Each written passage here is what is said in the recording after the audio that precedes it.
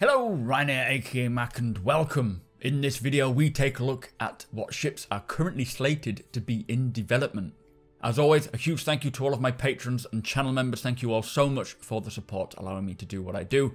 If you enjoy my content and would like to help make it even better from as little as $1 a month, it is all very much appreciated. The links are in the description below. And also, I get all of my leaks from the Star Citizen Leaks Discord channel. I have also linked that below, so do check it out if you are interested. So recently, we got a leaked list of ships, which CIG teased the fact that every ship on this list is in some stage of active development. As you probably know, during the event, ships that are either too big to fit in the halls or are actively in development will be displayed via a holo viewer. So as I go through this list, do keep in mind that these are all in the works and making their way through the ship pipeline. Now, this doesn't mean that other ships that we either do or do not know about are being worked on in the background. These are just the ships that Cloud Imperium will be displaying. Unfortunately, as you would expect, we have no dates as to when we will see these ships in the verse, but it's exciting nonetheless. Anyway, with that said, let's take a look at the list of ships. There is a new description for each ship as well, and how it relates to the military in some way, as this Fleet Week or Invictus Week is to celebrate the UEE. These descriptions will be readable at the event, likely under the holo viewer itself. I won't read the whole description out now, as they're pretty long and it gives you something to read at the event. But I have linked these patch notes in the description below so you can read them for yourself, and I'll include a little of what they say for each ship anyway. So first up, the Constellation Taurus. Now this is the medium freighter variant. We've got a couple of images here.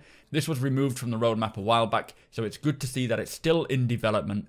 It mentions that the Taurus is used by the UEE Merchant Navy, but owned by civilians to supply those on the front line with provisions, for years completing dangerous runs through hostile territory.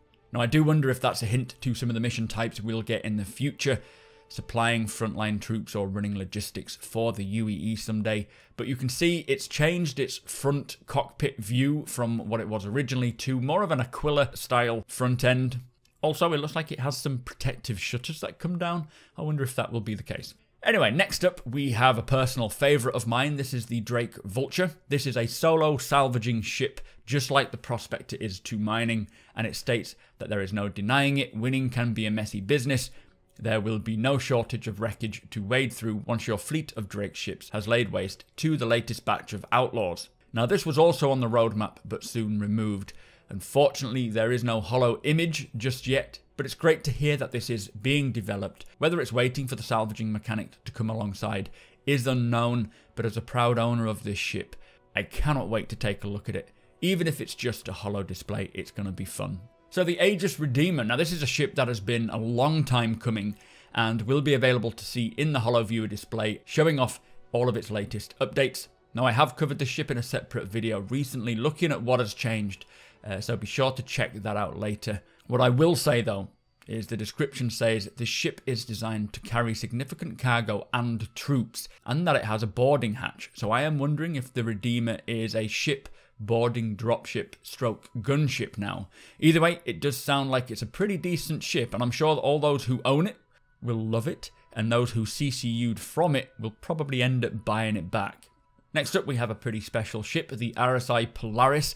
This is a Corvette capital ship, and it states that it has enhanced the Navy's overall effectiveness from delivering humanitarian aid to tactical operations. Now, this is an exciting ship, which I know many are looking forward to, myself included. I don't own one, but it's going to be quite a game changer for a lot of people, once all of its functionality is brought in, of course.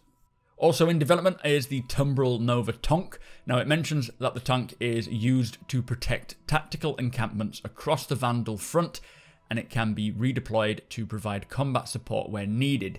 Its resistance to extreme temperatures means that the Nova can be posted in a number of environments. This vehicle, I really hope, will be deployed in theatres of war. It is going to be fun using this beast, and I cannot wait to fight alongside it.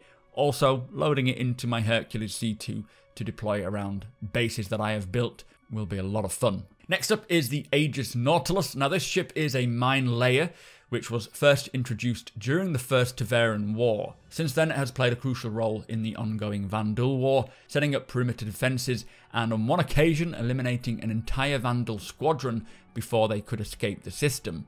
Now, the ship can deploy mines and turrets, and for players looking to defend areas of space, it is going to be very, very useful. One ship that we do know about is the Crusader Industries Star Runner. We have seen a little bit of information and progress on this blockade runner. Also, we can see from the images, the shape has changed somewhat. It's got a bit chunkier, which, in my opinion, actually looks a lot better. Now, this ship is slated for 3.11 and seems to be on track. It is a data runner with smuggling compartments. It says that this ship has already delivered key strategic updates to our forces along the front, especially in red systems where the comms networks are non-existent. It also mentions that the ship includes a programmable kill switch and optimized security configurations to reduce the chance of classified information falling into the wrong hands. It's going to be a lot of fun getting this in, and then when they bring in data running, it's going to be very useful, I'm sure. Next up is the Drake Kraken. This is a personal attack carrier, which it says changed the way the militias operate. This capital class ship is a self-contained war machine, and one that I would like to use as my main org base of operations. So knowing that it's in development and coming along, I can't imagine it'll come anytime soon, but it's going to be exciting when it does because it is absolutely massive. So the Crusader Industries Hercules is another ship that we have seen great progress on and is quickly making its way through the pipeline. Most likely we're going to be starting with the C2 variant. This ship is used for heavy lifting, used to transport troops and vehicles like the Anvil Ballista or the Nova Tonk. It's going to be extremely useful in the verse, especially once we are able to build our own outposts. And it says that used in 28-24 to deploy troops and an armoured column, they defeated a heavily armed pirate group in short order.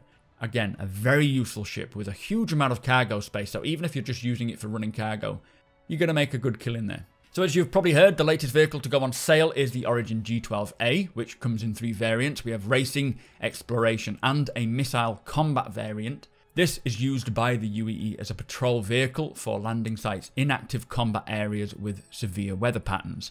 Not straight to drivable, unfortunately, but it is a cool looking vehicle nonetheless, and at 50 quid, you can't go wrong, even as an LTI token.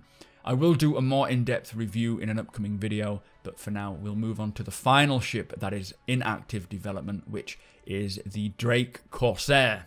This is Drake's answer to the Constellation Aquila. It is a medium multi-purpose explorer. Now, it doesn't relate to the military in any way, but it is going to be an excellent all-rounder when it does come, and great for exploration. It's heavily armed and capable of carrying a vehicle as well, and it is going to be my go-to ship.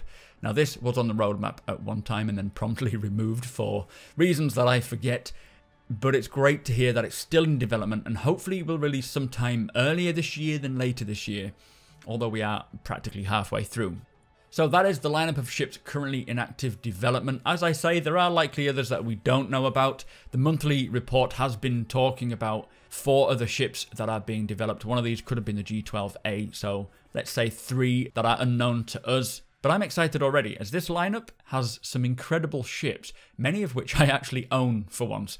Let's hope that we see them make it onto the roadmap to give us some idea as to when we can expect to see them. We also heard a while ago that the team of 5 people working on the Anvil Carrack would shift their focus onto the Banu Merchantman once they have finished. We haven't heard anything since, so hopefully this is still the case.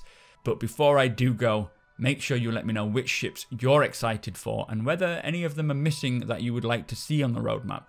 Anyway, I really hope that you enjoyed this video. If you did, be sure to subscribe, as I have many more Star Citizen videos coming. Also, hit the like button if you enjoy the content and hit that notification bell so you know when my videos go live. I stream 4 days a week over at twitch.tv/supermacbrothers so come and hang out with us there. Thank you again to my patrons and channel members. Thank you so much for watching, and I'll see you next time.